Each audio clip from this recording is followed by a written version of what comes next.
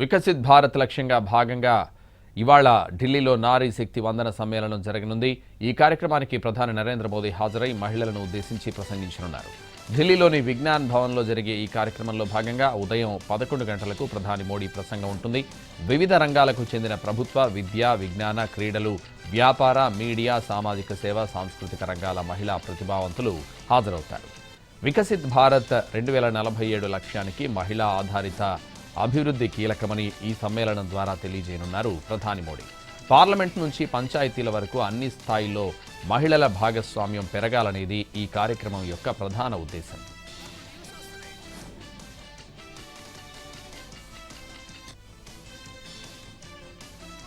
ఇవాళ మధ్యాహ్నం ఎన్డీఏ ఎంపీలతో కలిసి రాష్ట్రపతి ద్రౌపది ముర్మును కలవనున్నారు మంత్రి నారా లోకేష్. అమరావతి బిల్లుకు ఆమోదం తెలిపినందుకు ముర్ముకు కృతజ్ఞతలు తెలియజేయనున్నారు లోకేష్, ఎన్డీఏ ఎంపీలు.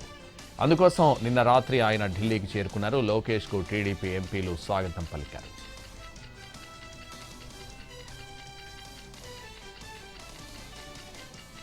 విజయనగరం జిల్లాలో సంచలనం సృష్టించిన రామతీర్థం ఘటనకు సంబంధించి కీలక పరిణామం చోటు చేసుకుంది. 6 ఏళ్ల క్రితం ధ్వంసమైన శ్రీ కోదండరామస్వామి విగ్రహాలను ఇవాళ ఆగమ శాస్త్రం ప్రకారం నిమజ్జనం చేయనున్నారు. రామతీర్థం నుంచి ప్రత్యేకంగా అలంకరించిన వాహనంలో విగ్రహాలను ఊరేగింపుగా తరలిస్తారు. రాముడి విగ్రహంతో పాటు సీతాదేవి, లక్ష్మణుడి పాత విగ్రహాలను జలాధివాసం చేయాలని నిర్ణయించారు. అయితే విచారణలో భాగంగా విగ్రహ శిరస్సు భాగం కోర్టులో ఉండడంతో ఆలస్యమైంది. తాజాగా కోర్టు అనుమతి లభించడంతో నిమజ్జనానికి మార్గం సుగమమైంది. దేవాదాయ శాఖ ఆదేశాల మేరకు ఈ కార్యక్రమాన్ని ప్రభుత్వ కార్యక్రమంగా నిర్వహించనున్నారు. సాయంత్రం 4:45 గోదావరి తీరంలో వైఖానస ఆగమ శాస్త్ర ప్రకారం విగ్రహాలను నిమజ్జనం చేస్తారు.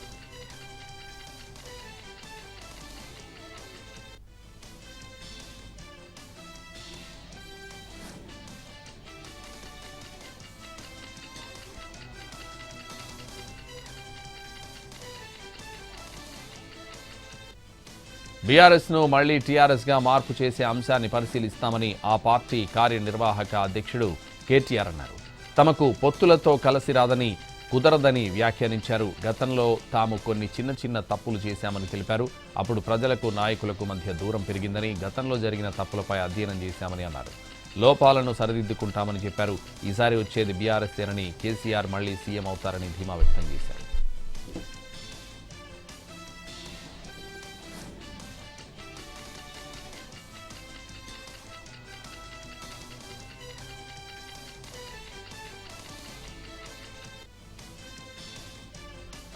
ఉగ్రవాదాన్ని మించిన ఉన్మాదంతో జగన్ రాజకీయాలు చేస్తున్నారని మంత్రి నిమ్మల రామానాయుడు విమర్శించారు. చంపేస్తాం, నరుకుతాం, అంతు చూస్తామంటున్నారని మండిపడ్డారు. అధికారంలోకి వస్తే ఉన్నవి పడగొడతాం, పనులు ఆపేస్తామని జగన్ అంటున్నారు. పరిటాల రవి నుంచి వివేక హత్య వరకు సాక్షులు ఎలా చనిపోతున్నారు? రంగా హత్యలో ప్రధాన నిందితుడి కుమారుడు ఎక్కడున్నారు? డ్రగ్స్తో యువతకు ఉపాధి కల్పించడమే ఆయన పాలసీ అంటూ ఎద్దేవా చేశారు.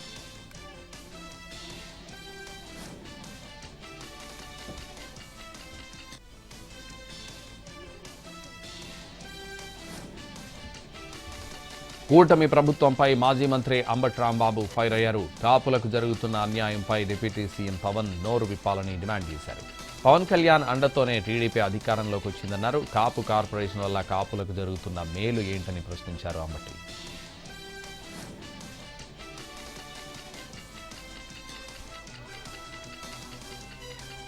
బీఆర్ఎస్ హయాంలో నిషేధిత జాబితాలో 16 లక్షల ఎకరాలుంటే కాంగ్రెస్ ప్రభుత్వంలో 1 కోటి ఎకరాలకు చేరిందన్న కేసీఆర్ వ్యాఖ్యలకు ఎంపీ చామల కిరణ్ కౌంటర్ ఇచ్చారు. 2,75,00,000 ఎకరాల్లో 1,50,00,000 ఎకరాలకు రైతు భరోసా నిధులు ఇస్తున్నామన్నారు.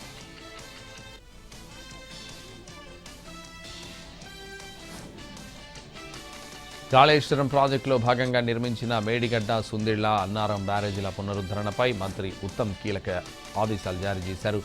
ఈ 3 బ్యారేజీల మరమ్మతుల పనులు వేగవంతం చేసి నిర్ణీత గడువులోగా పూర్తి చేయాలని ఆదేశించారు.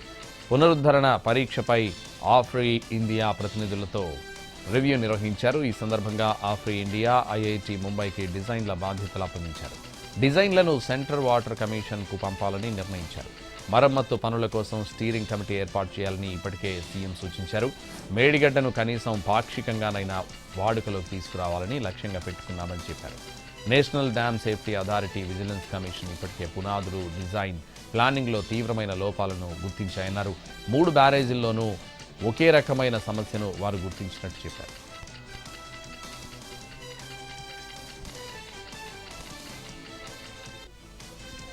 అమీన్పూర్, ఐలాపూర్ అపార్ట్మెంట్ కూల్చివేత పనులు కొనసాగుతున్నాయి. మొన్న మధ్యాహ్నం నుంచి ఆదివారం అర్ధరాత్రి వరకు కూల్చివేతలు కొనసాగాయి. చీకటి పడ్డంతో హైమాస్ లైట్ల వెలుతురులో కూల్చివేత జరిపారు.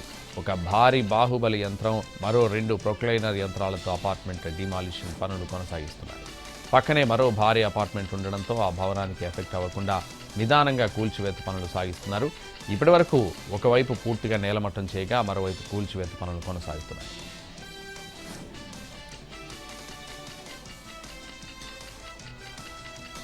యాదాద్రి జిల్లా చౌటుప్పల్లో జనం నరకం చూస్తున్నారు. రోడ్డు విస్తరణ పనులతో ప్రతిరోజు భారీగా ట్రాఫిక్ జామ్ అవుతోంది. దాంతో హైదరాబాద్కు వెళ్లే వాహనాలు స్లోగా కదులుతున్నాయి. ఆదివారం చౌటుప్పల్లో సంత కావడంతో చుట్టుపక్కల గ్రామాల ప్రజలు ఒకసారిగా రావడంతో ట్రాఫిక్ మరింత పెరిగింది. మధ్యాహ్నం ప్రారంభమైన ట్రాఫిక్ జామ్ అర్ధరాత్రి వరకు కొనసాగుతూనే ఉంది. కిలోమీటర్ల మేర వాహనాలు నిలిచిపోయాయి. చౌటుప్పల్ టౌన్ దాటేందుకు గంటల సమయం పడుతోందని వాహనదారులు ఆపోయారు.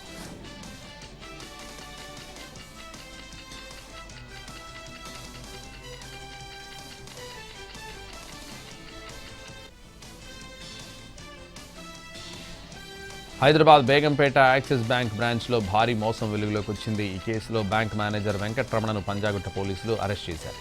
వినియోగదారుడి ఖాతా నుంచి 7 కోట్ల రూపాయలు గోల్మాల్ చేసినట్లు ఆరోపణలు వినిపిస్తున్నాయి. తాను విదేశాల్లో ఉన్న సమయంలో కుట్ర అమలు చేసినట్లు బాధితుడు పోలీసులకు ఫిర్యాదు చేశారు. సంతకం ఫోర్జరీ చేసి 42 లూజ్ లీఫ్ చెక్కులు వినియోగించారని బాధితుడు పేర్కొన్నారు. ఈ కేసులో బ్రాంచ్ సీనియర్ అధికారులు, ఆపరేషన్స్ టీం ప్రమేయం ఉన్నట్లు ఆరోపణలున్నాయి. డబ్బును ఇతర ఖాతాలకు మళ్లించినట్లు తెలుస్తోంది. అనుమతి లేకుండానే బ్యాంకు ఖాతా క్లోజ్ చేశారని సీఈఓ దృష్టికి తీసుకెళ్లినా పరిష్కారం లేదని బాధితుడు ఫిర్యాదులో వాపోయారు. తనతో పాటు అనేక మంది బ్యాంకు ఖాతాల నుంచి నగదు మాయమవుతున్నట్లు తెలిపారు. బ్రాంచ్ మేనేజర్ వెంకట్రమణను కస్టడీలోకి తీసుకుంటే మరిన్ని విషయాలు వెలుగులోకి వస్తాయని పోలీసులు భావిస్తున్నారు.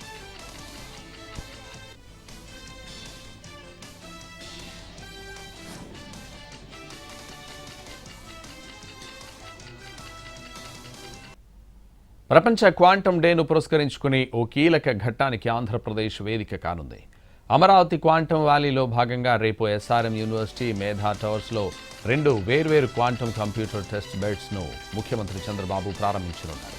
అమరావతి కేంద్రంగా ఆవిష్కృతం అవుతున్న క్వాంటమ్ రెఫరెన్స్ ఫెసిలిటీతో టెక్ సెకండ్లో నూతన అధ్యాయానికి నాంది పలకనుంది.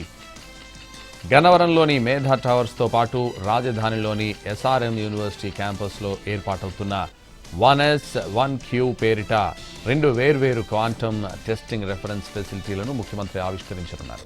దీంతో దేశంలోనే క్వాంటమ్ టెస్ట్ రెఫరెన్స్ ఫెసిలిటీ కలిగిన తొలి రాష్ట్రంగా ఏపీ అవతరించనుంది. దేశీయంగా తయారైన ఈ క్వాంటమ్ రెఫరెన్స్ టెస్ట్ ఫెసిలిటీతో క్వాంటమ్ కంప్యూటర్ హార్డ్వేర్ను పరీక్షించి సర్టిఫై చేసే సామర్థ్యం అమరావతి క్వాంటమ్ వ్యాలీకి రానుంది. ఈ 2 చోట్ల -273 సెంటీగ్రేడ్ ఉష్ణోగ్రతతో పనిచేసే ఈ మినీ క్వాంటమ్ కంప్యూటర్ టెస్ట్ బెడ్లు క్వాంటమ్ ఉపకరణాలను పరీక్షించేలా తోడ్పాటందించనున్నాయి.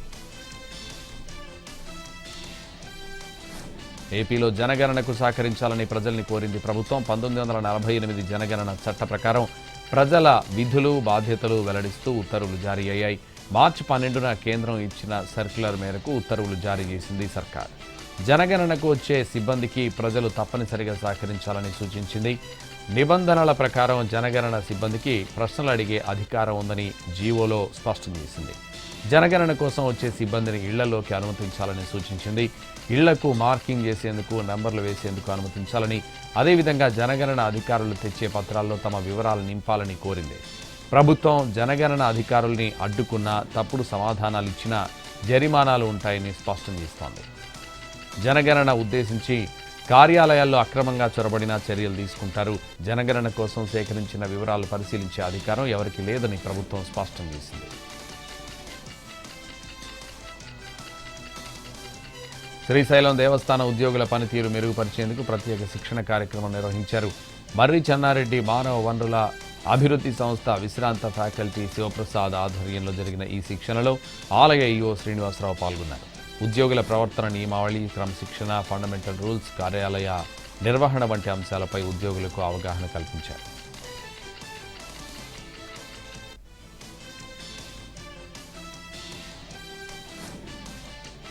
అంబేద్కర్ కోనసీమ జిల్లా ఆత్రేయపురం మండలంలో భారీ అగ్ని ప్రమాదం జరిగింది. అంకంపాలెం మార్గంలో ఉన్న కొబ్బరి పీచు ఫ్యాక్టరీలో మంటలు చెలరేగాయి. సమాచారం అందుకున్న అగ్నిమాపక సిబ్బంది ఫైర్ ఇంజన్లతో మంటలను అదుపులోకి తెచ్చారు.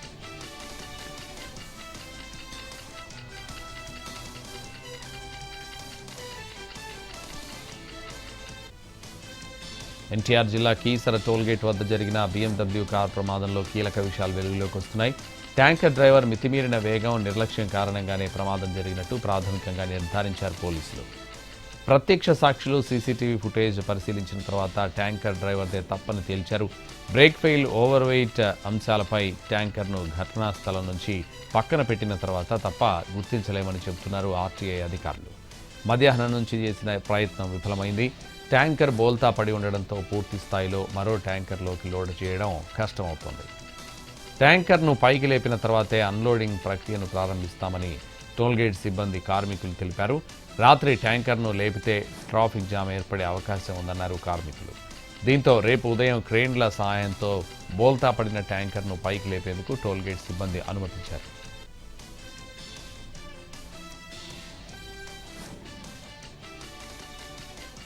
హైదరాబాద్ బజార్ ఘాట్లో టాస్క్ ఫోర్స్ పోలీసులు తనిఖీలు చేపట్టారు. ఈ సిగరెట్లు సరఫరా చేస్తున్న గోదాంలో సోదాలు చేశారు.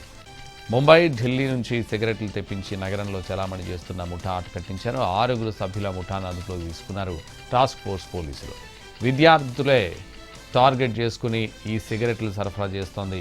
స్కూల్స్, కాలేజ్ సమీపంలో విచ్చలవిడిగా ఈ సిగరెట్లను అమ్ముతోంది ముఠా. ఈ సిగరెట్లను నిషేధించినప్పటికీ దొడ్డిదారిన హైదరాబాద్కు తెప్పిస్తోంది ఈ ముఠా. ప్రాణాలకు అత్యంత హానికరంగా మారే ఈ సిగరెట్లు విద్యార్థులు, యువకులు ఎక్కువగా వాడుతున్నట్టు గుర్తించారు.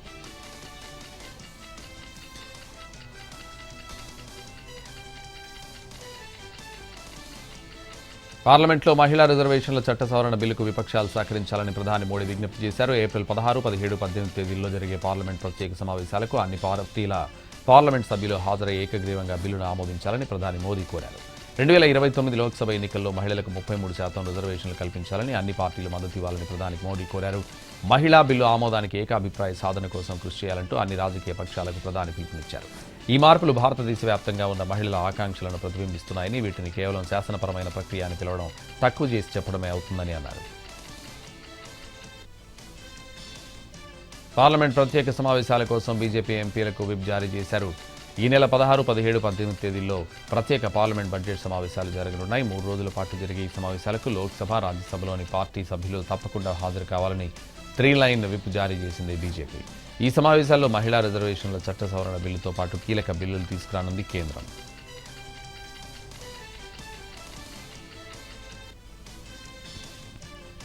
మహిళా సాధికారత గురించి మాట్లాడే పార్టీలన్నీ పార్లమెంట్లో బిల్లుకు మద్దతు ఇవ్వాలని కేంద్ర మంత్రి బండి సంజయ్ అన్నారు.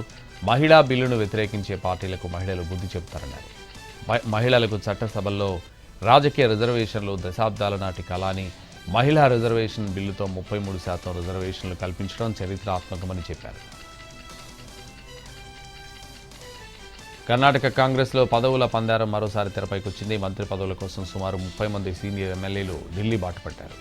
మంత్రివర్గ పునర్వ్యవస్థీకరణ చేపట్టేలా సీఎం సిద్ధరామయ్యపై అధిష్టానం ఏపీలో ఇవాళ పలుచోట్ల వడగాలులు వీస్తాయని అమరావతి విపత్తుల నిర్వహణ సంస్థ అప్రమత్తం చేసింది. 51 మండలాల్లో తీవ్ర వడగాలులుంటాయింది. మరో 49 మండలాల్లో వడగాలులు వీచే అవకాశం ఉందని తెలిపింది. ఉత్తరాంధ్రలో వడగాలుల ప్రభావం ఎక్కువగా ఉంటుందని హెచ్చరించింది. కోస్తా, రాయలసీమ జిల్లాల్లో గరిష్ట ఉష్ణోగ్రతలు పెరిగే సూచనలున్నాయని అంచనా వేసింది.